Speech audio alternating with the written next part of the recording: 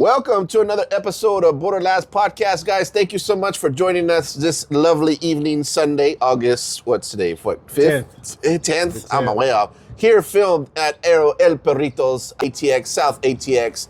And as you know it, I am here with my good friend, Mr. Stephen Farmer, guys. Yeah, if you don't know who he is, he's a very funny local comedian. He's been blowing up virally, and he's on tour nationwide, guys. And I've actually had a moment to stop and sit with him and talk to him about comedy, culture, comida, all the cool stuff that you guys tune into here on this episode, guys. And we had a conversations before. We've been doing comedy, together about 12, 13 years, maybe? Yeah, I guess. I think I run into you first time like 2015, so maybe like 10 years. Yeah.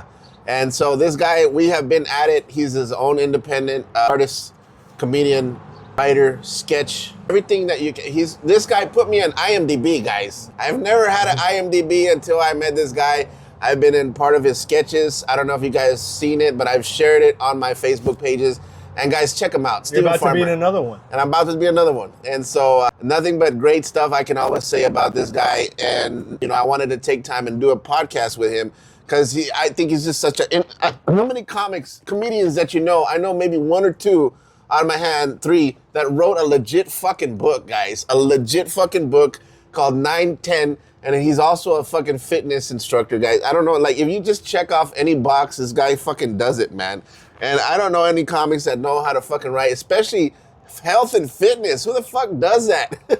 There's a lot of people now. No, I right? used to be like the only fitness comedian, and now there's like, it's like a lot of them. Yeah, and so he was the first one. He wrote this book. I tune into it once in a while. Every time I do fasting regularly, and this one helps me out. It's a great book that helps you kind of get it organized on how to work out, what to eat, do's and don'ts, and it's taught and it's spoken in an everyday perspective. As someone that you would just meet in the street, like if you're out and about, you're a busy guy like this motherfucker.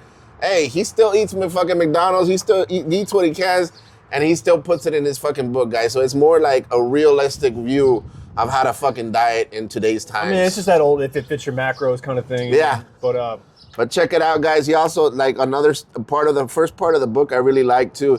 You put an introduction. You talk about his family and how he came up and how he came. This is really fucking interesting. Like shit like that to me as a reader, because I'm a fucking nerd. I like that shit. So check it out, guys. 910 Fitness and he's 9010. I would put 910. 9010 Fitness. 9/10. 9/10 of my fat is not still. Obviously, I haven't read the book all the way to the T, but I have followed a couple parts of it, guys, and it's really been helpful on my end. And Stephen Farmer has been really great, part of the Austin comedy scene per se. And we were talking about earlier about how much we've been doing comedy. How much we love Kill Tony. How much we love Kill Tony. You know what's funny about that show is like, they'll be like, hey man, you can say what you want about Tony, say he's big, but he's helped a lot of comedians. Dude, do you know how many people have signed up for that show and how many have actually got a career off of it? Yeah.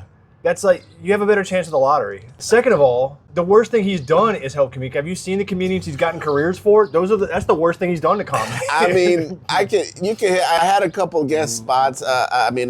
Previous guests that done well on Kill Tony, and some of them have gotten, booked more. I think it helps out a little bit, but to completely surround your career around it, I think that would be a mistake. I know. You got to do whatever you can do to sell tickets, but whatever. Right. But no, it's definitely a big change that's come into the Austin scene, and we've been in the scene since. But the scene always sucked. The scene, yeah. It just sucks for different reasons. I guess how you take it, man. I don't know.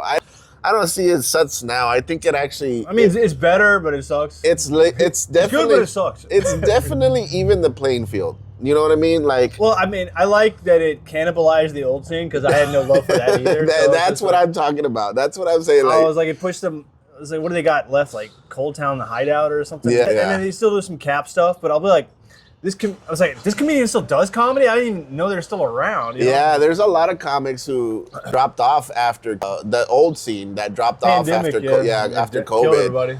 And I think you and I were like the only ones that were still doing fucking shows out of that time. Well, it was like I was like, you only had to be in quarantine in Texas if you wanted to. Exactly. Well, even at that. I was doing drive-in comedy shows the whole time, so I never missed a beat. I was almost performing more during. I was doing like 2 to 3 drive-in shows a week. Exactly, and that was another inventive idea that this dude came up with, and I thought it was a great show concept. During COVID, we actually had drive-in movie theater shows where we literally up there. It was the most toughest fucking gig I've ever done. Dude, I did them so much. I got so good at them. I was getting better at that than regular stand-up. I was like, because the difference was when you were like killing with these cars, they're flashing lights. They're flashing the lights. So, you can't hear the audience, obviously. Well, they can't honk because we're next to a neighborhood. Yeah. So they'll flash the lights, which was cool. I mean, a couple of comedians had seizures, but besides that, it was fine. I mean, I was pretty good. Windshield wipers would start going sometime. Yeah. But when you see flashing of the lights, you know that you're getting a laugh. You don't know that amount. Yeah. You can't be like, oh, it flashed really hard. Oh, the brights on. That was good. Right. It's just they're flashing them. But when you're doing a joke in front of a crowd, you'll hear laughs. They might be this big. They might be that big. Right. But you can tell. So it's almost like you got more confident while doing drive-in because you saw lights. So you just know there's laughs. You don't know.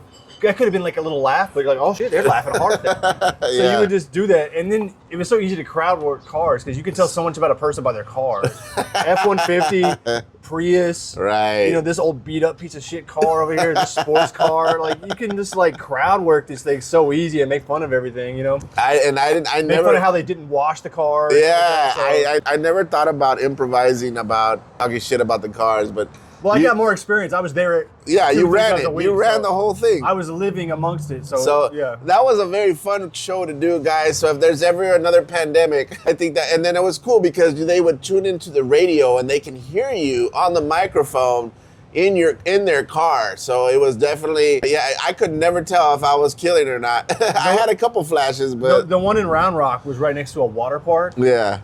So we're performing out there one time. Yeah. And this lifeguard, he like walks up to me and he's like, "Are y'all doing stand-up comedy?" Like, yeah. He goes, walks away. This guy's like 15 and just like looks at me like the biggest loser ever. Like, what the fuck are you doing? God. You're doing I just booked a new gig, so I'm gonna be headlining. I headline cities I've never heard of before. So I'm headlining Clifton, Texas. You ever heard of that? Never heard of that shit. So headlining Clifton, Texas, October 4th. If you're anywhere near that area, it's kind of like, I guess, near like Waco or something. If you're near that area, Temple or any of that, get your tickets now because my last 2 shows have sold. Okay. I did Granbury. You ever heard of that? I heard of Granbury, Texas. Okay, I sold that out. I did Lampasas this past Friday. Ever heard of that? Yeah. I sold that out. So I'm feeling pretty cocky. Yeah. So I'm going to more and more cities. If you want to see me, let me know because I'm marketing myself hard, and I'll get people out there. Yeah, guys, and I frequently share his videos every time he has time to post it. I really like Steven's style because obviously he has funny videos, and one of the things that he likes to do that he does that really kind of makes me laugh. He reminds me of an old school football coach that was trying to teach you Spanish, but then like his accent just came out and he just said fuck it, and it just turned into the football coach versus a Spanish coach. You know what I mean? that's how my Spanish teacher was. She was like hola mi gato, like that. So I was like, no wonder I never got good at Spanish. I learned Spanish the best in college. I had a Chinese Spanish teacher. What? English was his 3rd language. Really? And his name that's interesting as fuck. His name is Dr. Dai. You sound like a supervillain. Yeah, it's D-A-I, but it's Dr. Dai, like Dr. Dai. Like, and then his wife taught French. She was Chinese. He was Chinese also. I got that for you. So English was both their 3rd language. Yeah. And they didn't even speak the same Chinese. Like one spoke Mandarin, one spoke Cantonese. So they had to know 4 languages just to talk to each other, to do their job, and to live here. They had to know 4 languages to survive on a daily basis. That's hilarious. And but it was the best because he's speaking English so slow and Spanish like this. He understands what it's like to speak other language. He's like, so Steven, very good actor. I saw you in. I'm not doing like a great Chinese accent, but I don't want to because they'll think that's racist. But anyway, so you do accent. That's I know. But it'll be like, very good. Saw you in the play, and you are going to be next Nicolas Cage. Like that's the #1 actor. But Nicolas Cage movies are popular in China. They love all that. shit. Yeah. So anyway, but he taught Spanish the best. Wow. Way better than my high school teacher. Oma mi nombre, gusta. You know, like what? Man, if I could go back in time and just picture all the coaches that I had that would talk that way. And when you did that joke first on stage, you never know what type of jokes are gonna resonate with people. And that one joke always resonated with me. With the Spanish? Yeah, bro. Yeah, I was a Spanish teacher. Yeah. So it's funny, man. Dude, I was terrible. Nah, but still, it's still a funny experience because you're able to fucking talk about it. I'm gonna start writing more about it because somebody said they want to hire me to do these like big paying teacher gigs. Yeah. So now I'm like, it sounds like a homework assignment. It's like, I need 10 more minutes on this subject. I'm like, fuck, all right, what else happened in high school? You know, but it's actually kind of like a fun thing when people say, I need more material out of that. Yeah. Now, let's go. Like, and you just never know what's going to hit and resonate with people. Yeah, I mean, I did a new teacher's bit last night. And yeah. It did okay. Yeah. So I'll see if it works. But, you know, you get too excited. You can do a new joke. It fucking killed. It killed. Right. Never works again. Yeah, it never works again. Not even a little bit. Never hype it up. It killed and then never even got a single, like, chuckle again. And if you don't know, guys, Steven runs a comedy, and this is another thing that he doesn't, but he helps cook. That's the worst thing. That's all right. No, last night we did a show at Bastrop Comedy Film Alley, which is a movie theater converted into a comedy club as well. They have a bowling thing. They got movies. This is a little trifecta. Arcade, strip club. It's got a whole trifecta of entertainment. And they got a little comedy room there. And Steve is there every other Saturday. Well, I was just like, you know, if we're doing drive-in, so why not go? He was like, hey, you can't book this guy anymore. I'm like, why? He's racist. I'm like, how's he racist? He did a joke about white people. Like, that's not racism. He's like, well, he's not on the show anymore. I was like, I can't book him anymore? He's like, I don't want him on my tour. Oh, it's your tour now. I thought it was ours. So it's just little things like that. It's like, okay, I'm working hard for somebody who could dispose of me any second. Yeah. And then he started doing more stuff, and it was like, he was talking to me like a jealous ex-girlfriend. Oh, see, you're performing over here tonight. I see you're working with these people. That's weird. And then he would want all these like terrible comics to be on the show. I was like, no, they're gonna ruin the show. I just got this built up. Yeah. So I just like left and started doing my own thing. I was like, oh, yeah, I can do this. Yeah. It's the best way to do it, man, is become your own independent producer. But it took you kind of. But it took because these. Well, sorry, I keep. No, go ahead. But these guys, they're like, oh, I'm gonna start doing a show. I said, well, you've been doing comedy 6 months. Right. That's what I was just about to say. You host an open mic. You can host. Yeah. Just host an open mic. Right. Wait like 2 years. What are you in such a rush? I get guys who've been doing like 4 years. Like, when can I headline? Right. I'm like, look, you're doing good for how long you've been doing it. You're very charismatic. Right. When I gave you a feature spot, you finished 25 minutes. Like, like you barely got across the finish line. I don't want that. Right. So 18 minutes in, you're like, what else can I talk about? What else can I talk about? And you want to do 45? Shut up. Yeah. And plus 75% of your jokes are all charisma. If you sit there and read it on paper, it would not get a laugh. Yeah. You acting out in silly faces. Yeah. Come on. No, he just needs experience. He's not that he's not funny, but I don't think. But he's like the most famous comedian around. Right now, yes, but to me, it's like you should see the comments and reviews on it, and it's like pretty bad, huh? It's not bad, but I mean, it's like he's got his fans, but you can tell fans are like, this is not as funny as it was before. Well, how can you write that many specials in that many years? It's just like that's what I'm trying to say, that's man. That's what like Seinfeld was talking about with Ricky Gervais, because when I was in the UK, it's all about the Edinburgh Fringe Festival.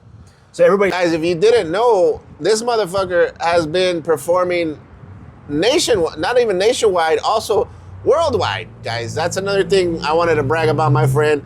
He fucking been performing in Europe, and you were just talking about performing in where? Yeah, so in Edinburgh, they have the Fringe Festival, which is all anybody cares about over there. Yeah. So everybody does like a whole new hour every year. Wow. And everybody, when they're headlining, their thing is always called, it's a work in progress. So you can just go up there and like, it's almost like Save the Bombs. Like, it's a work in progress. I'm working on it. You know, it's my one-man show. I'm working on it. Yeah. You know? And so it's new every year. So it's cool that it makes you work on new material every year. Right. But how good can an hour be in a year? Exactly. It's like, so that's what Seinfeld and Lindor are saying. Like, you want to have like your act, like this act works. Like this is like, you stuck with this long. I'll do a joke for 7 years and have a new tag for it or a new thing for it. Or a way to get it better. Yeah. And that's what I believe in. Right. You know, and at the same time. Have you filmed the special yet? I filmed one. Right. And I still do some of those jokes, and I've made them better. Yeah. Yeah. And I got 12,000 views on my special.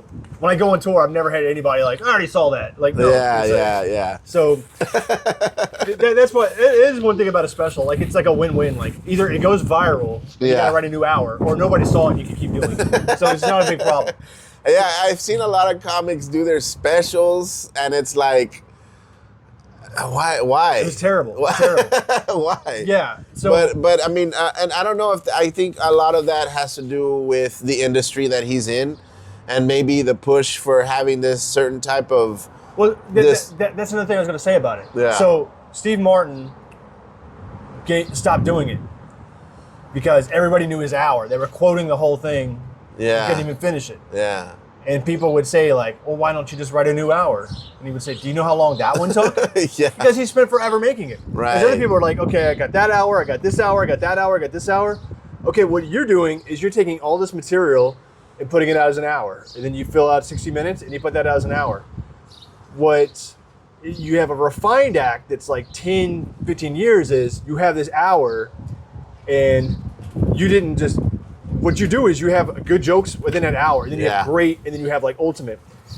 You replace your good with a new great. You keep coming up with new stuff. You keep stacking it like your best jokes all together. Yeah. Whereas you have, this hour has like 10 minutes of good material. This hour has 10 minutes of good material. Now you have like a 10-year thing that has all your best and of the best. That's what I did last night. Yeah. I did the best of my best of the sets that were I just been continuously been doing. Yeah. All those bits have been fucking already, I know are gonna hit. Yeah. Cause and that's how it takes. It takes a long time to get to that point.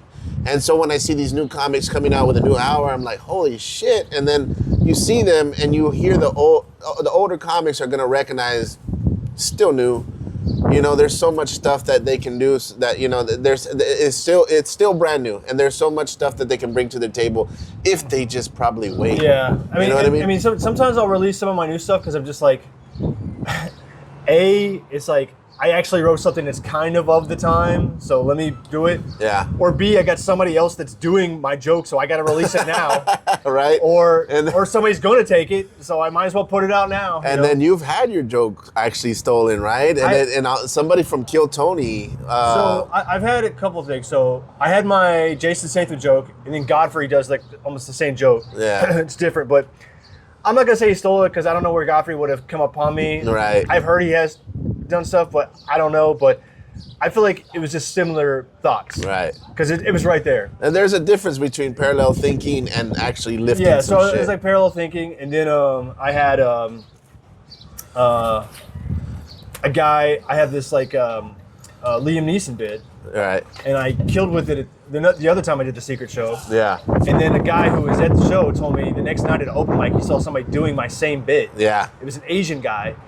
And he was doing, instead of a Southern version, he was doing an Asian version of it. Oh my goodness. So I had that. And then I had so many people message me on with the Kill Tony thing went down when a guy was doing my stripper dad bit. Exactly. So. And I think that's the funniest bit to fucking steal from you, because that's the fucking truth. Well, see, here's the thing. Like, they said, like, listen, if you're worried about people taking your material, write about yourself. Exactly. Because nobody can take it. So, well, that's out of the fucking window. Exactly. So this guy is doing it, and everybody's messaging me about it. By the way, the bit is about Steven's dad being a stripper. And that is truth, because Which is true. I've heard him do that joke years before Kill Tony came over here, when he was just trying it out. And I thought it was fucking funny back then. And it's now been refined for it being a really good bit. Somebody stole it from him. So everybody told me about that. And I was like, I saw this thing that like Willie Barcena did when some other guy was doing his bit. So he just like put them like next to each other. Yeah. And I just put, I'm not saying he stole it. I have performed in LA a few times. I don't know where you could have crossed it. So I'm like, I'm not saying he stole it. I'm just saying I was already doing it. So he's had more people seeing his version than my version. Yeah. So I'm just saying that I was already doing this. So I just posted that. So people go, because people are more, they're not so much worried about me. Yeah. About defending me. They might say it. Yeah. They just can't wait to go after They want to hurt this person more than what protect. So that thing took on a life of its own. People are sharing it. Yeah. So the comic, I guess I probably should have reached out to him first, but I was like, what am I going to say? Right. I want to put this out there. Yeah. And I was like, then I could say like, hey, can you take yours down and I'll take mine down? He's like, well, I'm not going to put mine down. I got my Kill Tony bit. I was like, so you're going to leave that up there? It's like, so he tells me his dad was actually a stripper. He's saying like he has cards of his dad that he puts down at the show, and other people were commenting down there like, oh yeah, I love it when you put the cards down that your dad had. So I'm thinking, all right, I don't think he stole it. Yeah. I think they both happened to us because, there are a lot of guys who stripped. Yeah. They had kids. Yeah. And if you're a stripper and you have a son, he probably went into comedy because it was a weird life. Right. So I don't think he stole it. And plus, so you feel bad if he was going to take my bit, why would he do it so much worse? Yeah. Because it was just like, it was the same thought, but it was not delivered the right way. Yeah. So it was, yeah. And I know he's a younger comic, so he wouldn't have been able to deliver it that well. And on top of that, so do you regret putting that video out? I do. I feel bad about it, but it was just like I felt like so guarded over it. Yeah. And everybody was like, "Man, you got to say something. If you don't say something, I'm gonna fucking say." It's like, all right, I'll do it. But so, and I didn't reach out to him, and then he was like getting so many messages. Like I had there's this one comedian who she's known for being very controversial. Yeah. And she shared it, and she was going after him. Oh, and wow. She's like, I'm gonna pull it back a little bit because I feel like this guy's gonna kill himself if I go any harder. Oh, wow. Everybody was like threatening this guy about stealing jokes. Jesus Christ. Ali Sadiq even shared it. He was like, man, I can't believe this bullshit going on. I was like, man. And then he was like, other people were sharing it. He's messaging these people to delete it. So I was like, all right. And then like, I'm not deleting it until Stephen Farmer says to delete it. It's like, all right, guys, just delete it. I'm gonna take mine down. I feel bad. Yeah. So you ended up taking it down. So I took it down. I feel bad about it. So, I think it was justified. You just didn't know. And maybe the part you're right. Maybe you should have reached out. But again, you're talking about your livelihood, bro. You're talking about this is what you're living by. This is how you make your money. This is how you make your bread. What we do is we fucking write jokes, and we're gonna fucking take that personal. We're gonna take it. It just happens. It's also it happens. Also, that's what happens if you go and kill Tony for too young. That's true. We both made mistakes. I jumped to the gun on accusing, I feel, and he jumped the gun on getting on Kill Tony. So, Okay, well, even. So I'm not going to go after the guy. Even Steven. Yeah, exactly. So there we go. Well, that's good. So that's good. I mean, you've had a lot of... I mean, there's also like, apparently there's a meme. I didn't know about this, but sometimes I would do my joke and somebody would yell, Johnny Sins. I'm like, what? I don't know what the fuck you're talking about. Do you know what they're talking about? No, I don't. So after that happened like 2 or 3 times. Yeah. And somebody put that on the comment and put that. So I looked it up. I didn't know I was Googling a porn star. So Johnny Sins is a porn star. I didn't know that. And there's a meme. It was like, and it shows him like doing different jobs because of porn. Like he comes in as like a firefighter and this and that. So the fact that there's a meme. And then he came up with it. I came up with it. It shows it can be parallel thinking. 3 people coming up with the same idea because the best jokes are when they're just right there. Right.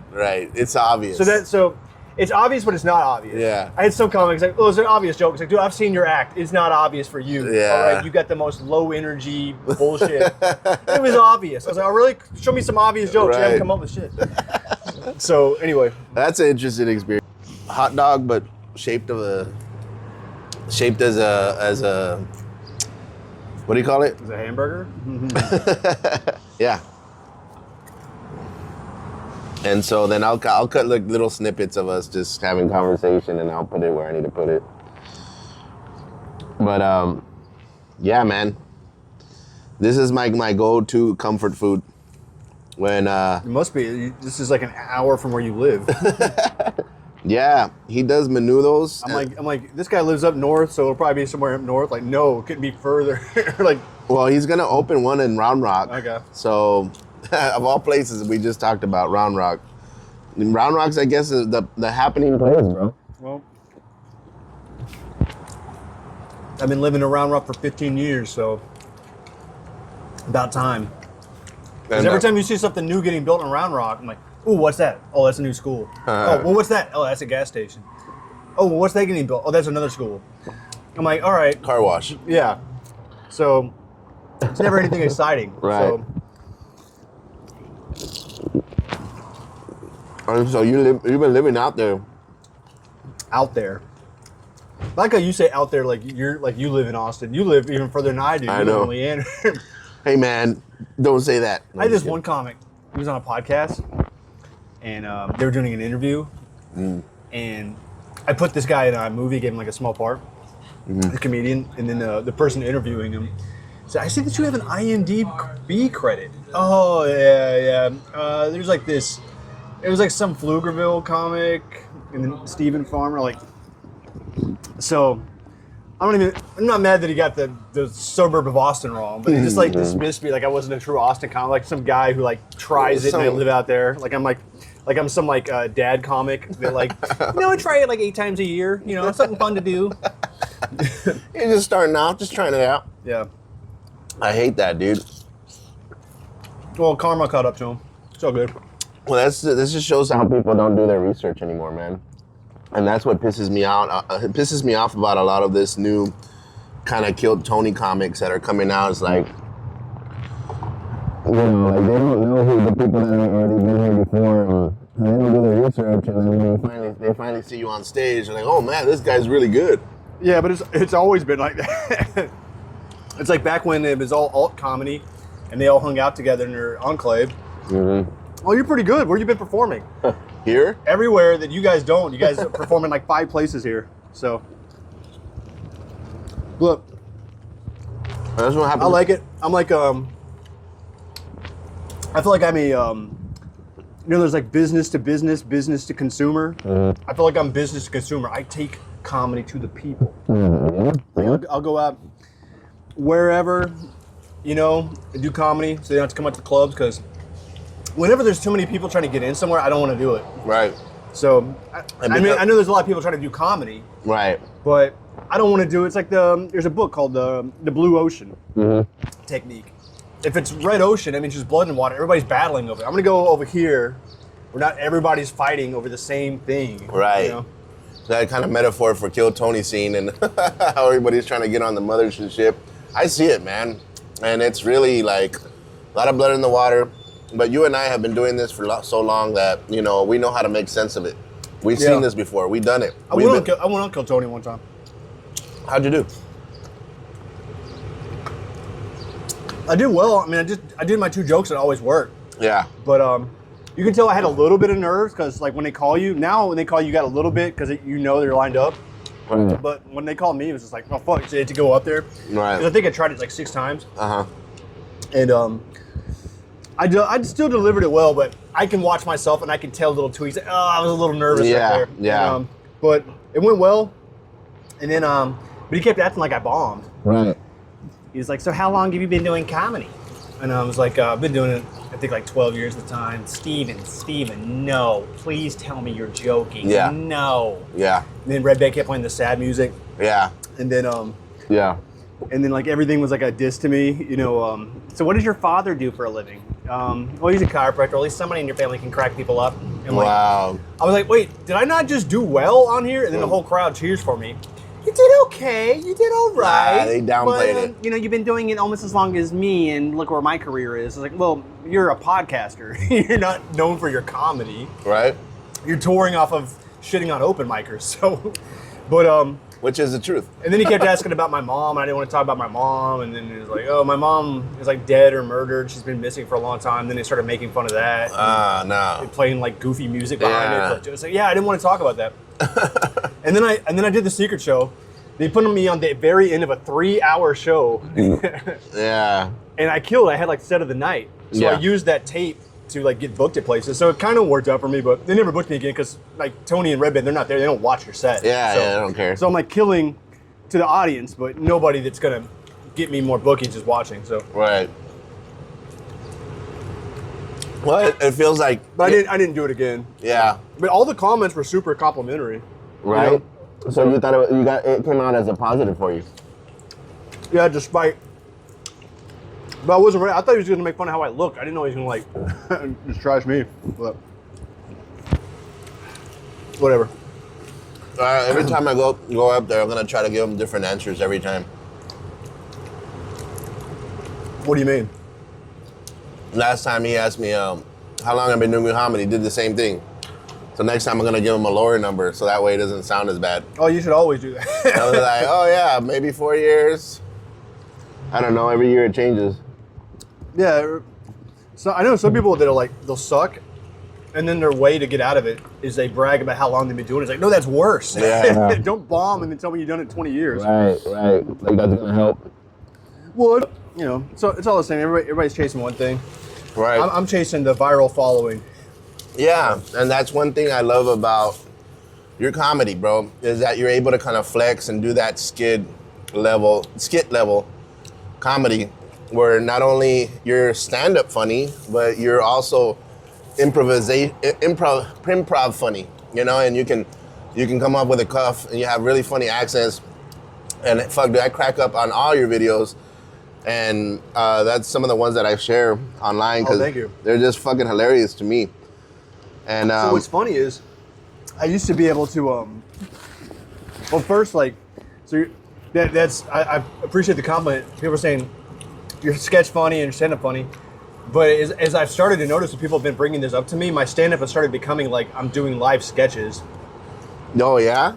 Yeah, because it's like a one-person sketch thing. Like a lot of my jokes are like multiple characters talking to another, or I'm in a scenario and this person's saying this to me. And if you watch Dave Chappelle, that's why his sketch show was so good, right? Because Eddie Murphy told him, like, you should be doing sketches, because if you look at his stand-up, it was all sketches. Like, hey, I'm on the subway and this guy's jacking off and holding everybody hostage, or I get pulled over and I'm a black guy and my white friend won't stop talking, or they're trying to take a black person hostage and they can't get anybody to negotiate anything.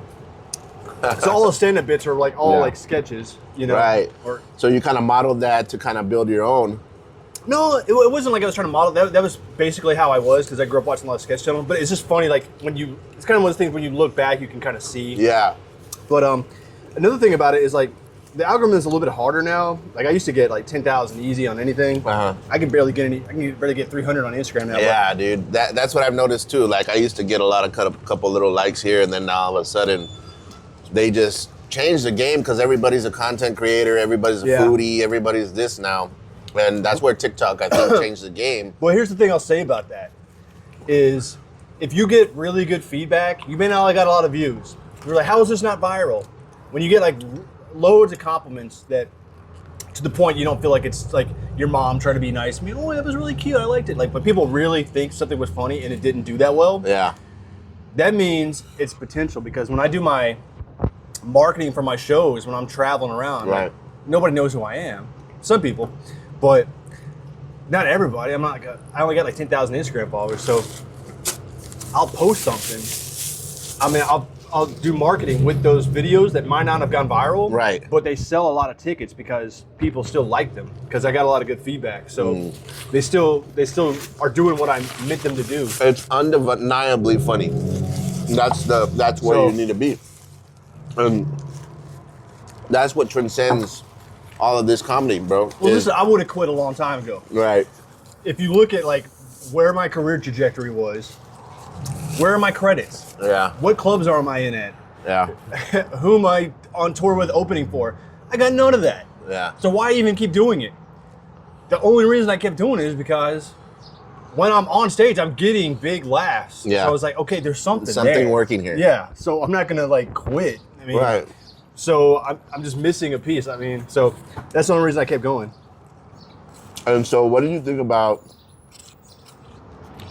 viral sensation TikTok stars becoming comedians or attempting to go on stage? Like, what do you think about that genre? Because like right now there's a big, a lot of hate among comedians that they see all these TikTok stars getting this stage time that they've been trying to work for. Man, I'm trying to play devil's advocate. Like, I realize you got a fucking comedy club, which is basically a bar/restaurant that comedy is the way to get people in there. Right. It's like a movie theaters, used to be a candy shop, and we're trying to get people in with the movies. You make your money off the drink. Right. So I get that. And you got a lot of overhead. You got this big 200, 300 seater, multiple nights a week. You want to sell tickets. So now, instead of, I'll give this TikTok guy a Wednesday, I'll give him an off night, I'll give him a Sunday. Now you're booking them through the whole weekend. What do you think? Okay. Well, here's the thing. Now you're booking actual comedians with no following, just funny. What do you give us, a Tuesday? And you sit there on your hands and you expect us to sell tickets? Who the fuck is going to sell tickets on a Tuesday? Right. These guys are old guys. These are guys who've been doing comedy since the 80s. They don't know how to make videos. They don't know how to do social media. They just know how to be funny. Right. What are they supposed to do? All they got left is have two 30-minute contrasting sets so they can go do a cruise ship gig because they can't sell tickets. So they're all gone. These guys' careers are ending. So now you got just small little clubs, and then you got to find out who books that. Who books that on Facebook? Yeah. You say, who books that? And then you got to try to get in, and this guy's getting everybody to hit him up. So now it used to be already competitive. Now everybody's trying to compete for these little tiny clubs that can barely pay them. Right. And how do you feel about those? How do you feel about? Well, I mean, I feel like TikTok. I mean, look, they suck, but they sell tickets, so I'm like, whatever, you know, they're gonna do it. Yeah. But you know, it's I feel like there is a business opportunity. Like, what if we actually booked funny comedians? Like, Right. I mean, they're still doing that with some of them are like famous guys who are comedians. Yeah. So it's not just like they're only booking people who've never done comedy on TikTok. Right. But there's no room for anybody without a social media following. You're only booked if you have a following. You can't just be like, hey, my agency liked me. They saw me one night. Right. They got me into these clubs. I can do 45 and I killed last time. So my head like, nobody gives a fuck if you killed with your 45 4 times in a row. Yeah. They're like, well, if it was so funny, how come it didn't go viral on the internet? Yeah. How come I didn't see you on TikTok? Yeah. So there's always this double standard now with these clubs that are trying to, and that's why I think this is where we've learned from a very young age, not a very young age, but a very young time when we did comedy, how much we grown as independents, you know, from the scenes. Because you've always been on that outside loop of the Austin comedy scene where you're like me. I dip in, you dip out. We have our own production company. We do our own shit, but we dip in, we dip out, we check in. I was in it first. Like I did it for like, you know, the first year I like got into like semifinals. They were booking me to host at Cap City. Yeah. I was doing like, what was it, Oddball or what's the Austin Comedy Festival? Moon Tower? No, before Moon Tower. Oh yeah, it was Oddball Comedy Fest, or something. I forgot what the fuck it's called. It was like improv. It was like mostly improv with stand up. I was doing those. I was getting into some festivals, and you know, I was getting some stuff, but it was just like, I don't know. I didn't really feel like comedy. I liked going on the road and performing for like the real, not real, but like, here's the thing: if you do the road too much, you become a hack. Yeah. And then if you do like hip city stuff, you get too esoteric. You get like too like, oh, the little nuanced jokes and hip, and you gotta be smart. Like nobody knows what the fuck you're talking about. You get 30 minutes outside the city. Nobody gets your radio hit reference. Yeah. You know? So you gotta do both. And so you're from the country, and you're from like Arkansas, right? Yeah. I know people don't think it because it's like, oh, he's wearing a belt, his shirt's tucked in, he can't be from the country. It's like, yeah, but like. But but you, I think, like you, what really makes your comedy great is, and why I think we have a lot in common is we both come from poverty. We both come from fucking some shit. I grew up weird. I can't explain how I grew up. Yeah, I grew up. You had a weird life, bro. Like I grew up I grew up like middle class. Yeah, not upper, but like middle. Good, but poor at the same time. I get like hot potato between my mom and whatever stepdad and like addiction stuff. Yeah. Then back with my grandparents. Yeah. But we'd be in a trailer house. But then we had like 36 acres of land. So it's like, am I rich or am I poor? Am I rich or am I poor? Like, and then I get thrown back over there, and then we got people like beating on the doors because my mom owes them drug money and like stuff like that. Yeah. And they're trying to fight my brother because people in my brother's grade, like, she owes them drug money and they're trying to beat him up and stuff like that.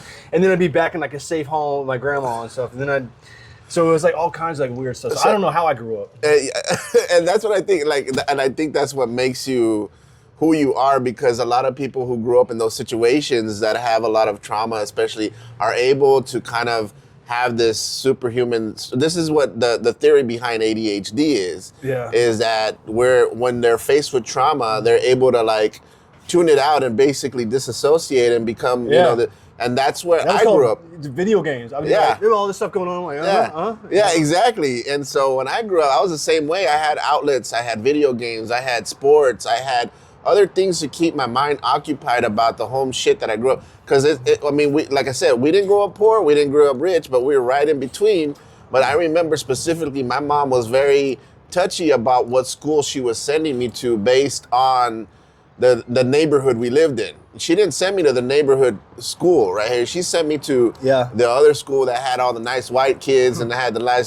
So that's why I was exposed to a lot of white kids. But they in turn to tell they actually kind of taught me how to not like myself. You know what I mean? Like they taught me like, hey, you're not Mexican. You're one of us. So it was very confusing growing up because I didn't really appreciate who I was. I didn't know who I was. And then I had these was exposed to these kids who were like, had the nice sneakers. And then I would just go back home. And then I was in my neighborhood with all these kids running around the neighborhood with bare feet. You know what I mean? Yeah. Like, so that's why I think we relate a lot to because of our upbringing. And that's what makes us as comedians is we're able to kind of transcend and kind of see people for who they are. No, it's you know funny, what I mean? It's funny when your parents try to help you out and they make it worse. Because I was growing up in an apartment complex in San Diego. If you grow up in an apartment complex, you're not around good people. Maybe if you're in New York or like Chicago or something. Yeah. But if you live with a family in an apartment complex, you've made some mistakes. All right, so I'm around like the worst kids. I go from like never cussing to cussing, never fighting, to looking for fights every day. I'm like stealing, all this kind of stuff. Yeah. Because I'd go from like San Diego, California to Warren, Arkansas. I'd go back. It's like you couldn't be more opposite, you know. So I'd go back. That is a very big switch. I wouldn't fit in anywhere. I'd be like too country for this place, and I'd be like too city for this place. Yeah. And it didn't make any sense. And then they're like the school next to it. They thought it was like too crime ridden. It probably was. So they sent me to this magnet school to go. I was like, all right. So I take a bus further away to a magnet school. Yeah. But I got bullied so badly because I was the only white guy going to an all Filipino school. Oh, shit. Yeah. So I got Filipinos like just kicking my ass. Like, why did I get bullied so badly? I didn't realize. And then I ran into my ex step aunt, whatever you want to call that. Yeah. Later on at my half brother's wedding. Wow. And she's like, oh, yeah, you got bullied badly because it was all Filipino school. I was like, that makes so much... That's why there was wonton to the cafeteria. I didn't understand that. And see, that's how I grew up in the middle of the ghetto around brown-skinned kids. And I was the whitest kid looking. And I would get picked on because they thought I was white. Like, what is this pinche güero doing here? And I'm like, I don't know. What the fuck? And it's this existing colorism that existed in Mexico. That fucking, when the colonized Spain came, they had that hatred. Any dark-skinned Mexicans gonna they do that everywhere. Indians. yeah. So, but it was so shocking in my hometown that I was being segregated against because of my fucking skin. I'm like, what the fuck, man? Like, I'm fucking Mexican too. And so I had this weird relationship with myself growing up to figuring out like where I really fit in myself. So, but. And so this next set of questions I ask every comedian that I do the podcast with. Your 4 Mount Rushmore of comedians, living or dead. Norm Macdonald. Yeah, that's a good one. Patrice O'Neill. All right. Who else is one of my favorites? Maybe Dave Attell. Maybe Bill Burr. Okay. I kind of want to put Billy Connolly on there a little bit. Billy Connolly? Yeah. Never heard of him. Billy, he's a Scottish comedian. He's been in a lot of movies. You've seen him in movies. I probably, if I see him. You ever seen Boondock Saints? Yeah. Yeah, he's the dad. He's all the guns. The dad, okay. Yeah, he's usually a comedian. That's the only time he's ever played a villain. Really? Like, I get to play a villain. It's great. Great, can't wait. You know? I never No, he goes up there and he's like, what the fuck is that? You got easy listening. What is easy listening? What, listening was too hard? What the fuck was that? You know, or you talk about, he talks about, Christian rock. What the fuck is Christian rock? Rocks, I want a father, I want a fucking mother. It's like, so he's just. I gotta check that guy out. Oh, yeah. He's always got like dementia now. Oh, really? Oh, but he's really good. That's funny. Well, that's cool that you mentioned somebody from Europe. You know, that's cool. Somebody from the outskirts. And so. And I would say of the best comedians now doing it. Yeah. I would say probably Jeffrey Asmus is one of the best. Okay. and Rory Scovel. I like Rory. I like him. Yeah. He came to Velveeta one time, very long time ago. Before probably before he's even bigger now. But those are guys who kind of like, they're almost like meta. They're like, it's almost like they're so far ahead of the joke that they can like, just like, it's like the Matrix. Like they're just fucking around. It's like, that's awesome. Man, that's good. And then Todd Barry's really good, and some other comics. But I'm trying to think of people. It's all good. It's a hard question I put on everybody. I just want to know their top four that comes to mind. Patrice and Norm are my two favorites. Yeah. Like, I'll listen to every special they do. I'm like, maybe Colin Quinn. I don't know. Yeah. Because I love his like 1 hour specials. Yeah. You know? David Tell's good too, man. He's great stuff. But also, too, guys, if you didn't know, I don't know when this episode's going to drop, but hopefully before September 19th, guys. September 19th, September 18th, we're going to be in South Padre Island with Raymond Horta, and we'll be performing at this a quarter deck resort. And also right after that, we're going to be in Fart, Texas, guys, at the Fart Theater, guys. And so it's going to be a fun, great weekend. This is what I'm talking about. Because of comedy, I know so many places I've never heard of before. Yeah. It's gonna be fun, man. It's going to be fun, and we're going to have a great time tonight, guys. So, and I'm going to be in Pacific Northwest in January. I'm going to be in Oregon, Medford, Oregon, sometime in January. And then I'm going to be in Richland, Washington sometime in January. I'll be doing Joker's Comedy Club and Chadwick's Comedy Club. So see me out there. And hopefully I can get on the road with this motherfucker. Give me some feature spots. But how can people find you guys if you want to? StephenAFarmer.com. Stephen A. Farmer, guys. Yeah, there's only 2 Stephen Farmers. And I'm now finally more famous than the other Stephen Farmer. He's this old guy who gets you in touch with your animal spirit. I thought, it was taking forever. I thought he was going to have to die for me to be the more famous one, but I finally beat him on social media. So. And there you go. Stephen A. Farmer, guys. Come check it out. Check out his book, guys, and make sure you check it out. And thank you so much for joining us tonight. This was a great episode of BorderLaughs Podcast, and we'll see you next time. Ate Guacho.